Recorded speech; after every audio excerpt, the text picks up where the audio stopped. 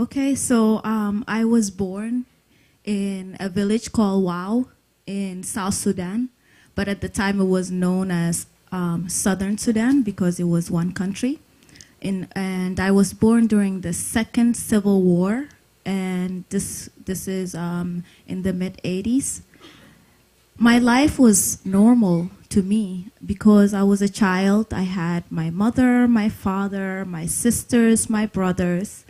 We lived a really simple, beautiful life. We had mango trees in our home. We had lemon trees. We swam in the Nile. It was really nice as a child, you know. And also I grew up from a well-off background. My father and my mother are both educated. So our life was good. But when things got worse in the Second Civil War and the war that was happening, just to give you a little bit of the history of that, Sudan was just known as Sudan, one country, and there was a war going on between the northern and the southern. It has to do with religious war as well as cultural and discrimination. So the northern was attacking many of the villages in southern Sudan at the time. And as we were living in Wau, some of the villages were getting hit there. And my father's first impulse was, get the kids out of here. So my mother took us to north of Sudan. And because we were well off, we had a normal life. Our country was our country. We had a home in the north, so my mother took us there. We stayed in the north for a little bit to see if things will maybe die down or not, but it didn't. As a matter of fact, I've noticed many displaced, injured, sick people were coming into our home in the north, and my mother was taking care of them. So something fishy was happening. Our parents protected us, so they didn't tell us much of what was going on, but we knew something was not right.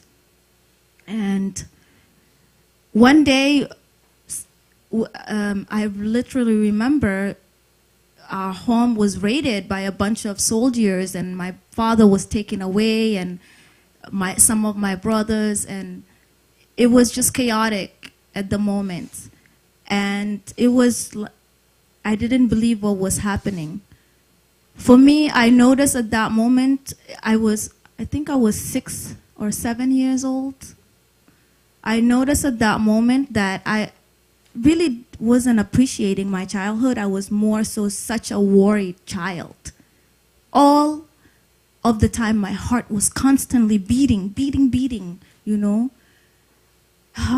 But we still managed to stay a little bit, and then within a few months from there, I don't remember the time frames, but my mother decided that this is no longer a good place for me or my daughters to be here. I come from a very, very large family. My mother is my dad's third wife.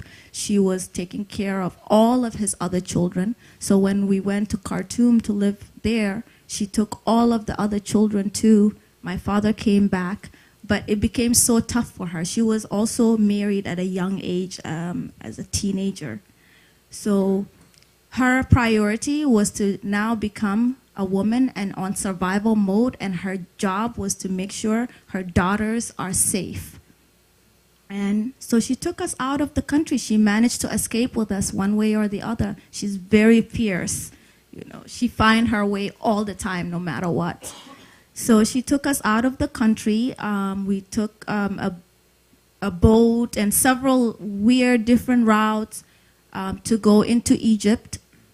And so at the time, what was happening is you, as a refugee, you can either escape. If you're close to the south, you can escape to Kenya. Or if you're closer to the north, you can escape to Egypt. So we were closer to the north. Our route was to go to Egypt. So we went to Egypt. So it was myself, my mother, and my 2 sisters now. No more big family. No more going. My father used to rent a bus for all of us, all of his children on Christmas and holidays, so the bus can take us all out. No more of that. Now it's just my mom and my 3 sisters. My whole big family is separated, and we don't know what's happening to the rest. And that was our new life in Egypt. My mother applied for asylum, so now we left our beautiful home and the life we were living. Now we start in a slum refugee area in Egypt. And my mom had to become a maid and hustle and find a way to make sure we get our education. She put us in a school, in a Catholic school. She was working 24 hours like a horse. I had to grow up. I didn't have any more childhood. At the age of 9 and 10, I had to become my mother's right-hand woman, take care of my younger sisters and brothers, take them to school, dress them up, cook. She worked night and day for us to get out of the refugee slums and the area so that we can go to school and so that her children can still have hope for the life that they always known. And 4 years from there, we finally got the lottery. The refugees have to wait. When you apply for asylum, you get a lottery, and it's just chosen out of nowhere, and you get to leave the country and come to United States or go to Europe. We got, after 4 years of living in refugee slums and trying to better our lives and start a new life, we got the lottery and we were granted refugee status and came to the United States and we were sponsored into Newark, New Jersey. Never have anybody been so thrilled to be in Newark, New Jersey. Yes, we were excited.